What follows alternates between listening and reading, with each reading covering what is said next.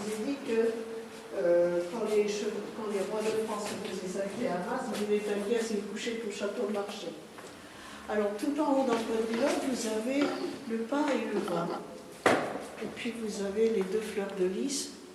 En fond, vous avez le château de Marchais. À gauche, vous avez le prince et la princesse qui arrivent. À droite, l'hôtesse qui leur offre le pain, qui leur offre le sel de l'hospitalité. Le pain et le sel de l'hospitalité. Alors, ce château de Marchais a été construit par Nicolas de Boussus en 1538, sur le modèle d'Azay-le-Rideau. Il a été racheté par l'archevêque de Reims, Charles de Lorraine, qui était le frère de François de Guise, si vous vous rappelez de l'histoire de France, de François de Guise. Et alors donc, le château de Marchais a été aménagé par Charles de Lorraine.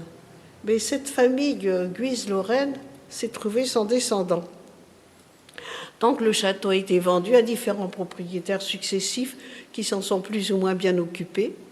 Et le dernier propriétaire, c'était le comte de la Mare, qui a fait une mauvaise spéculation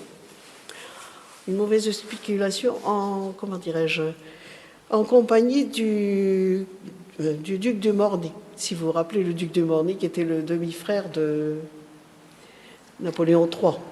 Alors le duc de Morny, évidemment, il avait des appuis, il a pu s'en tirer, mais le comte de la Mare, lui, a été obligé de vendre son château pour payer ses dettes.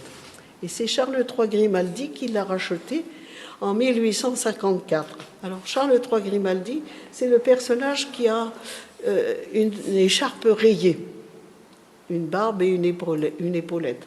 Donc 1854. En bas à gauche, vous avez le prince Régnier. En bas à droite, vous avez le prince Albert. Le blason, c'est le blason des Grimaldi. De l'autre côté, vous avez une dame, c'est la princesse Charlotte, la maman du prince Régnier, qui est enterrée au château de Marchais.